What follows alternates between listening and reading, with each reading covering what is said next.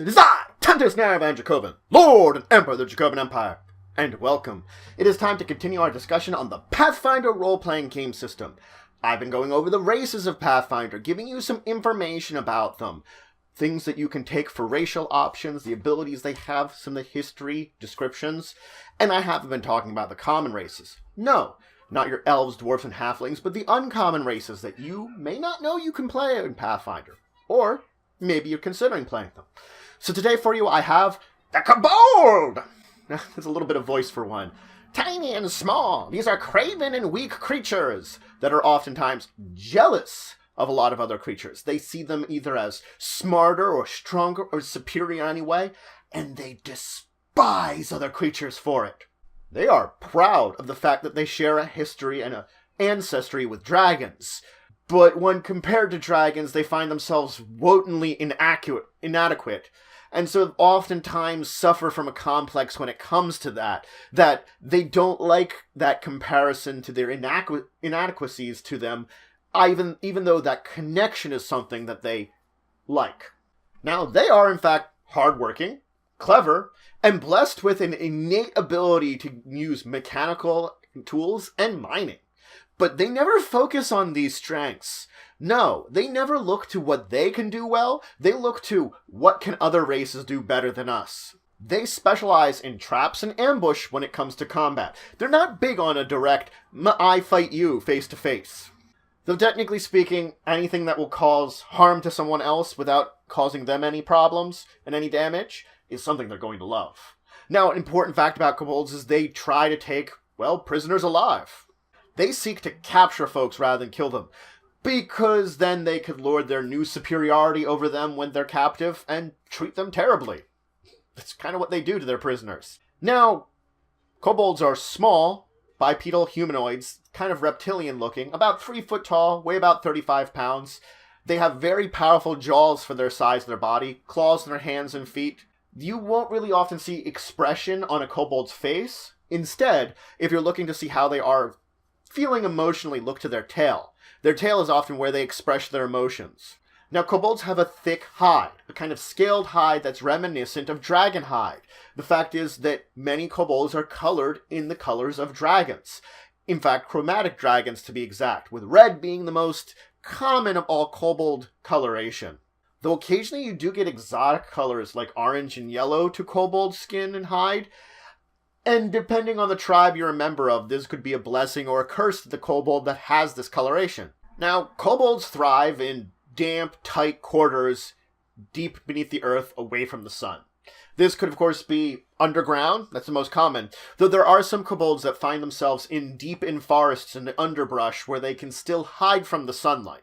Kobolds try to save any kind of malice they have for other races, so kobolds get along with each other fairly well. If some kind of disagreement can occur between kobolds, often the elders of the tribe will intercede for them and will figure out some way of taking care of it. If this is between tribes that some kind of problem occurs, the elders will resolve it amongst themselves rather than including the entire tribes. So a relative peace amongst kobolds is very easily maintained. Now, they delight in taking slaves, because it's another way that they can lord over someone, they can torment them, be mean to them, show them their kobold superiority. But the thing is, they're also cowardly and practical. They are never against bowing to a much more powerful being. If the powerful being that they're bowing to is a humanoid, they're going to be looking for a way to overcome them and then subjugate that humanoid on their own, basically take over and be the ones in charge.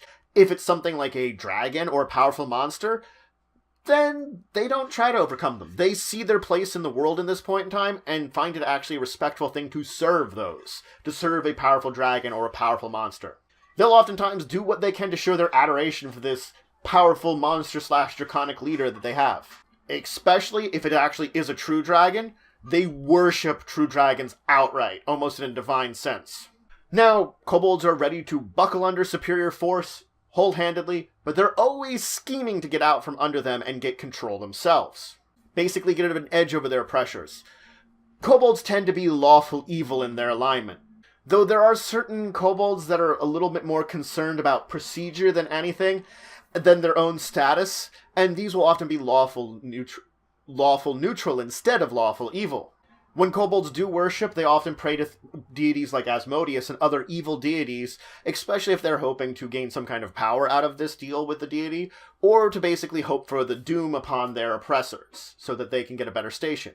They oftentimes do sometimes worship nearby monsters to where they live, whether or not they are directly subjugated to them, or if it's a nearby creature that they can see as very powerful, they will give some kind of worship to it, perhaps to appease it in a way.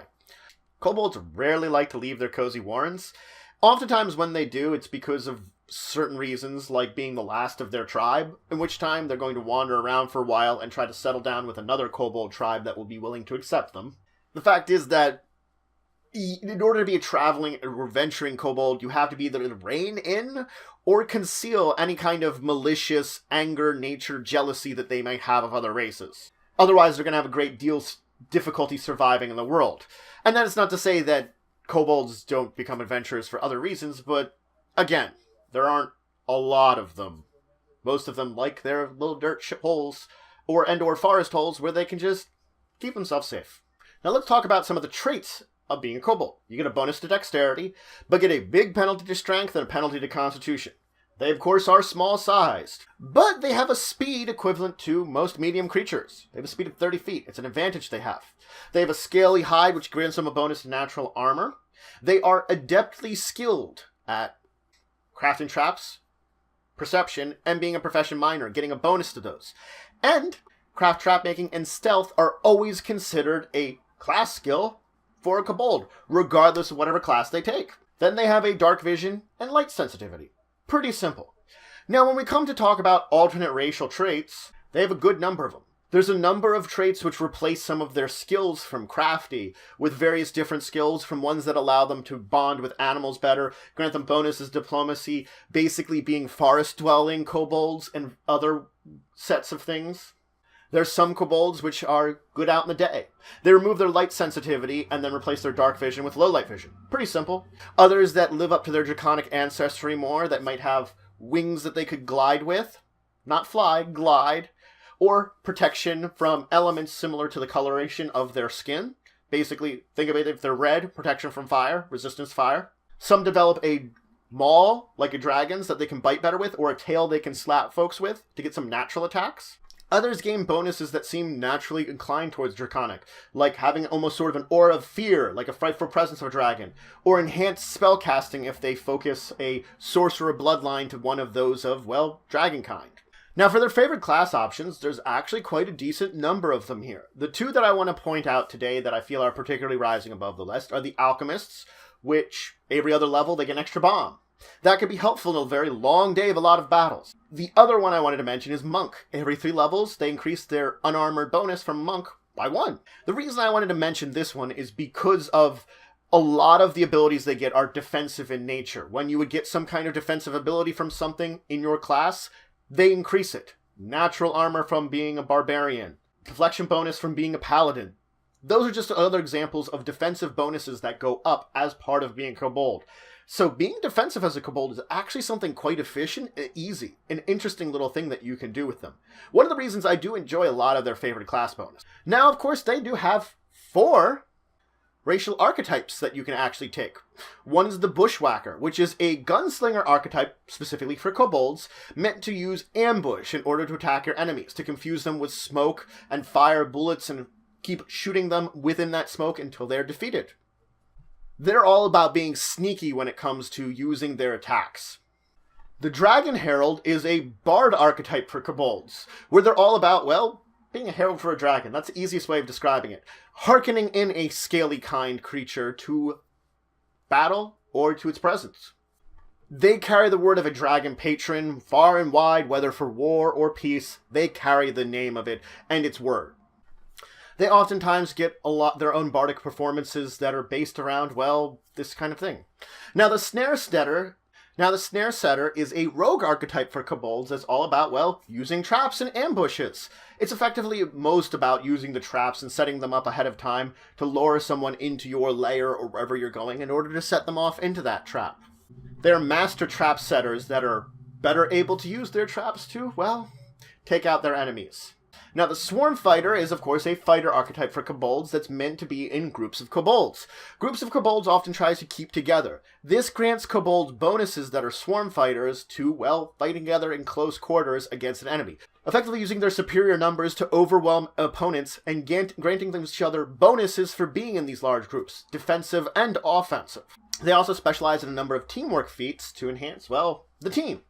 Now, we'll talk about some of the kobold racial feats.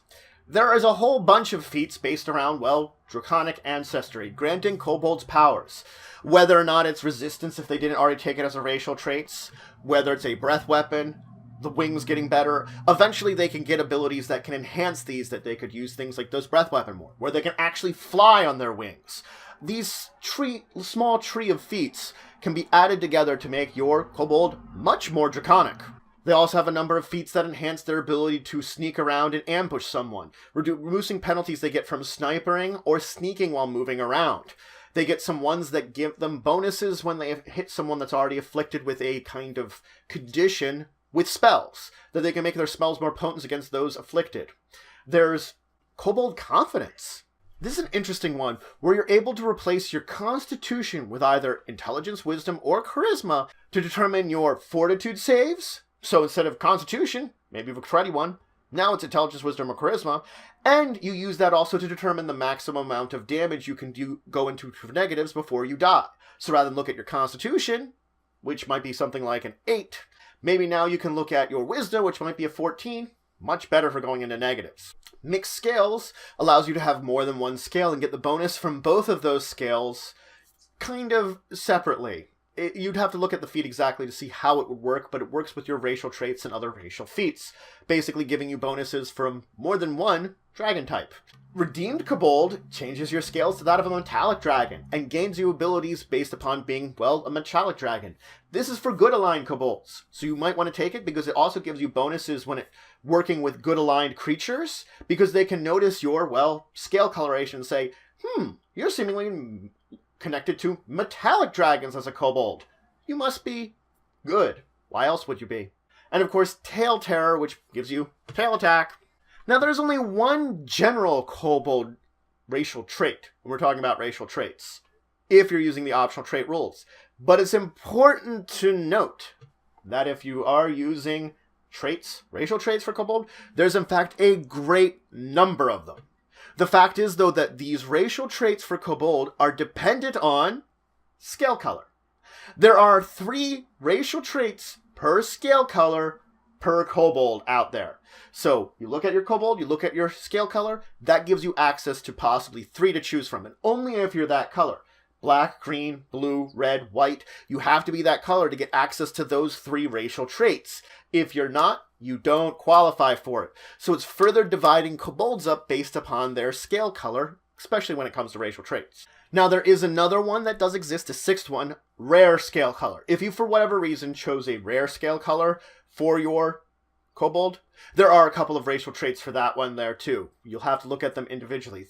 Though 3 that are provided are in fact for specifically special colorations on your scales. If you would do something completely different, you wouldn't qualify for one of these, which you're very free to able to do. You don't have to be restricted to any of these traits anyway. But that's it for today. So, I talked about kobolds! A butt of a lot of stuff that happens in Dungeons & Dragons. They are, next to goblins, the other tiny little creature that people throw at you at low levels. Kobolds, goblins, orcs, they're low-level enemies. But you can also play them, too. And that makes for some interesting role-playing. Playing a creature which is oftentimes seen as weak, annoying, an enemy, and proving that it could be good, helpful, part of a team. Regardless of what alignment you end up being, kobolds in particular being interesting because they have oftentimes that complex of looking at others and being jealous of them. Being jealous of their superiority, which may exist, it might not exist, it exists in their minds. And they are terrible at focusing on their own strengths. Something that they do have. Kobolds are an interesting race to play because you do get penalized to your attributes a lot. 1+ and 2 minuses, one of them being -4. But the abilities that they have can make up for it in the end. In the long run, you can come up with some interesting things when it comes to kobolds. Interesting characters. I definitely recommend giving them a chance and taking a look. But I hope you're having a great day. If you've played a kobold character, or you've had a kobold NPC that's worked with your team, well, let me know in the comments below. Love to hear about these kind of groups and characters that you've had in the past, your adventures. Regardless, though, until the next time, I bid you farewell.